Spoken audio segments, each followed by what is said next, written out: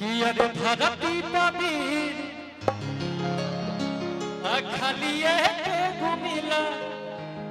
अपर खंड होया जिला भगवान से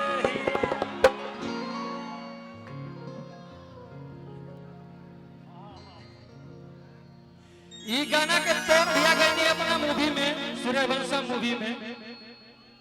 हमारा बड़ी खुशी भाई कि भैया हमारा क्रेडिट भी देनी फोन भी कहनी पूछनी भी सबसे बड़का बात यह रहे। अब भैया साहब की यही बोले ना और बना के कहते अभी हमरा बहुत गानों गावे का भाई यह गाना शुरुआत कर दे तो तहार तो जम जाई हमार बिगड़ जाई।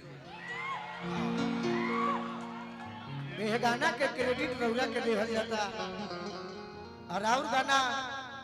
पावर स्टार गोले बड़े वो जगह पर गोलू राजा गई है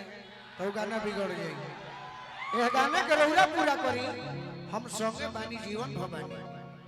रवा बोल भैया अब छोट भाई खाती इतना तो कह सके नहीं।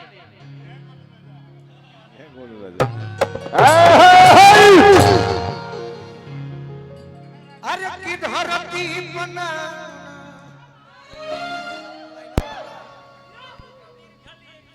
की धरती पबी खाली एको मिला पर खंड हो जिला गोलू राजा सहिला। वाह जी वाह ये है गोलू राजा उगाना रहे कि अरे देखनी हाँ गोली दागत रह रहते अरे काहे देखावे ल 56 इंच के छाती ई काहे कहले लयसन लीला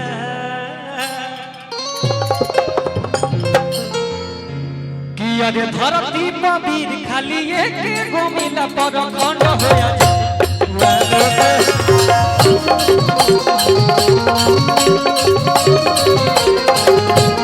खनी हा बोली का खतर रहा काहे देखावे ल 56 इंच के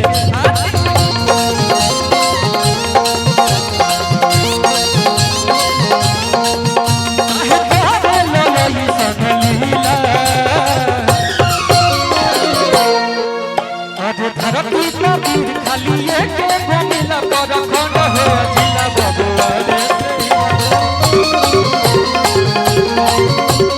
खंड हो जिला भगवान।